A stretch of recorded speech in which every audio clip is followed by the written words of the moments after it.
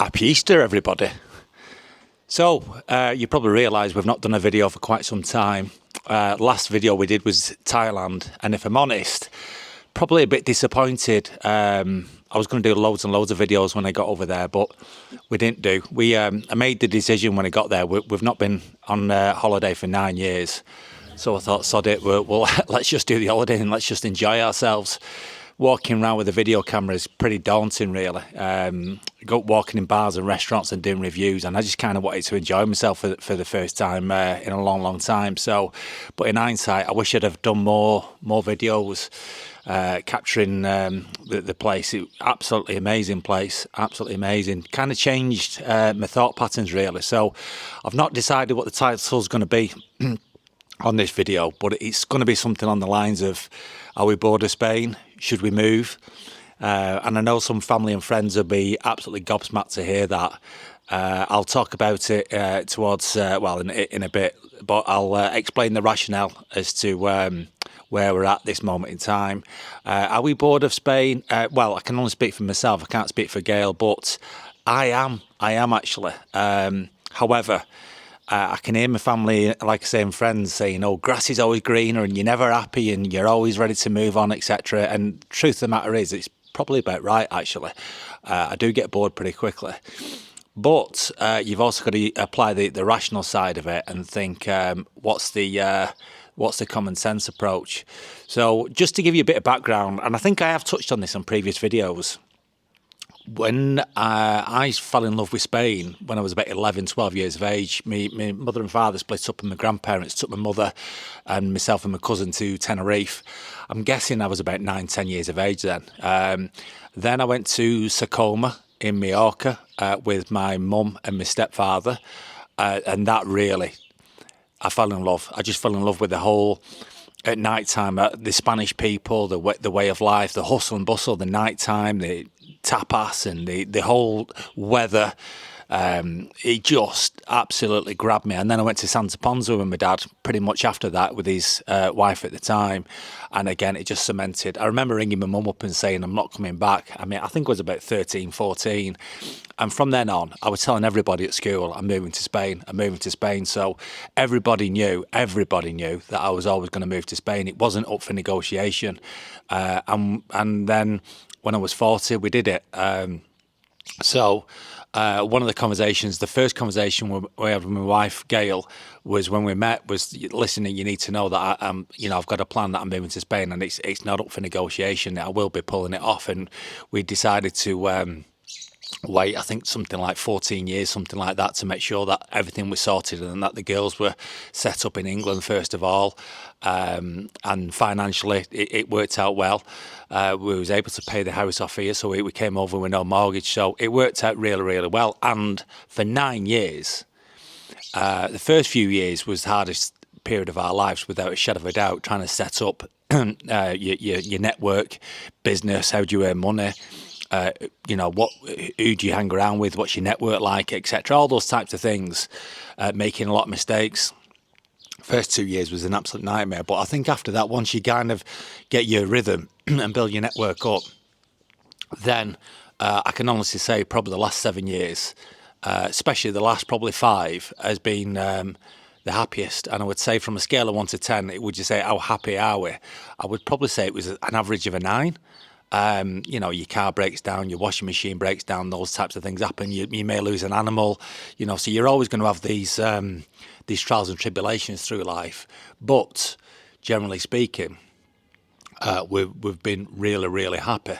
So, and then a couple of people that I spoke to. So this time last year, I was telling everybody that I don't need to travel, don't need to be on an aeroplane. I've not been in an aeroplane for 9 years. I don't need to travel anywhere. I'm very happy where I am. I'm very content where I am. And then it was 2 different conversations that kind of made me pivot, really. One of them was with a guy called Henry. So he watches the YouTube videos. So it gets cold here from November to April. I mean, today's we're in, I don't know, I think it's the 20th of April, something like that. It's Easter Sunday. So and it's okay today, and we have had some nice weather with sunbathing last weekend, but we've also had a hell of a lot of rain this winter, actually. So from November to April, the weather's not great. Now, in comparison to England, for example, or the rest of Europe, it obviously is great, but we're 30 minutes inland, so it's cooler up in the Campo in the mountains than on the coast. But it gets bloody cold. It does get to freezing point. January, probably January and February is the coldest months. It is bloody cold. And then, of course, you've then got June, July, August, September, October, which is very, very nice. August, September being absolutely roasting. So what he was saying, he went away for 6 weeks to Koh Samui in the winter.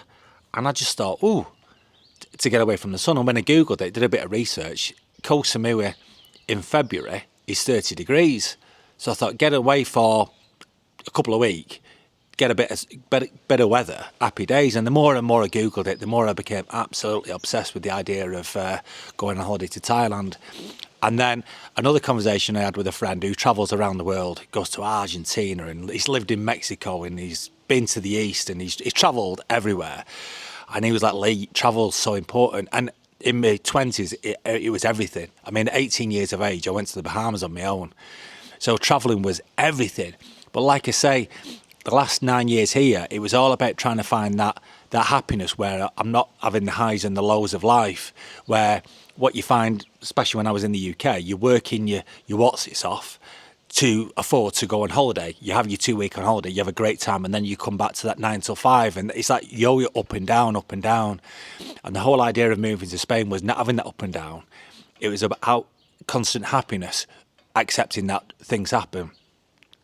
So I wanted to get away from that yo-yoing effect, up and down, and actually have 52 weeks of a year of generally being happy for the majority of it.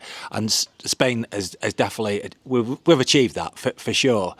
We have achieved that for sure. But travelling to Thailand, travelling to the East was just... I knew it was going to be good. I'd bought into the culture. I'd read up an awful lot about it. We love the food, the hustle and bustle, everything about it was. But it did. Not only did it meet our expectations, it did surpass our expectations. And if I'm brutally honest, since we've been back, I'll perhaps do more and more.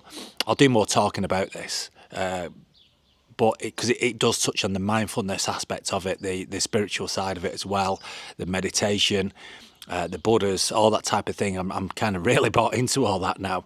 But I've come back and we've kind of stopped going out. So, long story there, the reason why I've not been doing the videos is because we've not been going out. We've not been going to bars and restaurants because actually we feel like we've just done them all. And since we've been back, I've been doing a lot of DIY in the house, which is I do all the time, hence why I'm dressed like this today. I'm going to do some monocapping, rendering on the back of the house. So what I'm going to do is on the videos. So I thought to myself, well, how do we do videos if we don't go out? A lot of the people that follow me was like, oh, I like seeing the restaurants that you go to because we follow you and we go to those restaurants. Where if we're not going to the restaurants, well, what do we do on YouTube? So that's why we've not been doing videos. But it just dawned on me recently. I've been following a lot of the guys who do YouTube videos in Thailand, and they're just talking about their day-to-day stuff. Now, these Instagram posts where you're seeing, like, you know, some guy getting out of bed and walking and putting on his coffee and having his multivitamins, and that's his YouTube. You know, I'm not going down that route. But the DIYing, I mean, showing me do the house up, is probably of interest to some people. We're going to do the Naya, it's called in Spain, which is like a bit of an indoor room. I did some TLC, some DIY in it 8-9 years ago when I first moved here. Retiled it, plastered it, painted it up, and it was okay. But since we've come back from Thailand, and we're going to micro cement it in next month, and I'll show you the journey of what we're doing on that. Again, I'm going to monocap at the back of the wall, which, again, for those in England, it's just like a white render, a lime plaster, you know, so to make it all white. I'll show you what I'm doing with that. When we do go out, if and when we do, you know, I'll maybe do YouTube, but I'm also talking about things like health. I don't really discuss it that much on this YouTube channel, but I'm absolutely obsessed with optimization of longevity. So anything that makes you feel better, makes you live longer, makes you healthier. So the gut bio, the mineral deficiencies, and what minerals do I have? Walking, some of the food that we eat, the principles of the food. Although since I've been back from Thailand,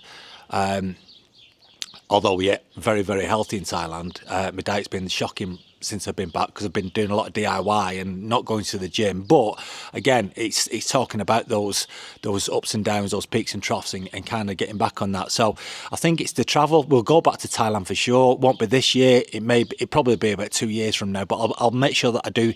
I'll vlog that proper next time we go. Like I said, the DIY, the health, and then just day-to-day living in Spain. I think that's probably the root of the channel. Now, hence why we've changed the name of the title from Living in Spain. I think it was something like Expats Living in Spain or something, Expats Loving Spain or something, and we've now changed it to Lee and Gail Abroad. We're not going to move to Thailand.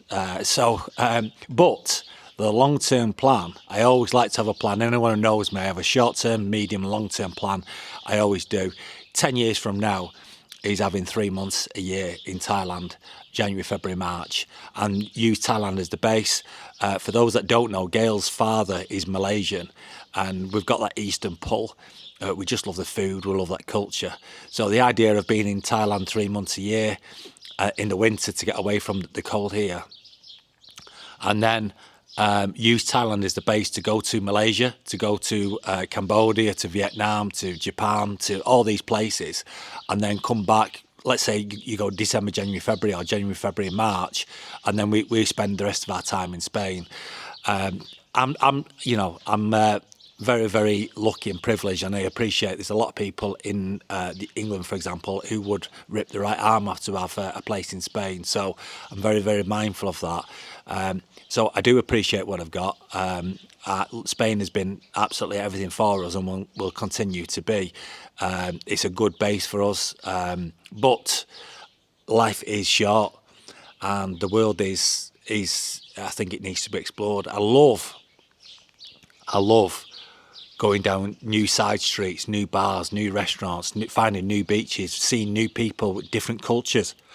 I love exploring, and I've got the travel gene back for sure, 100%. So still happy here, but that's the reason why we've not done the videos. That's why we're going to change the nature of the videos, and that's why we've changed the title of the vlog. And then let's see where it goes. And I've just listened to a podcast before, Chris Williamson, who talks about culture, and he talks about a lot of things. And he was saying, like, someone asked him the question, does he do vlog, or does he do YouTubing and podcast for himself or for his audience? And he says he does it for himself. And that's kind of where what I've got to do really, is to think about, like, just what we do and just capture it, rather than, where should we go for a YouTube video? That's just not the way I want to go down. That's just not the route. I don't want YouTube owning our life. We will continue to do what we want to do. If I want to do DIY on the Saturday and Sunday, that's what we'll do. But yeah, let's capture it and let's see where it goes. So that's the reason for it. And like I say, I've been doing some DIY yesterday on the night. I'm going to show you that, and we'll show you the stages of that, and then take it from there. So have a great Easter, everybody. I hope that clarifies everything, and speak soon.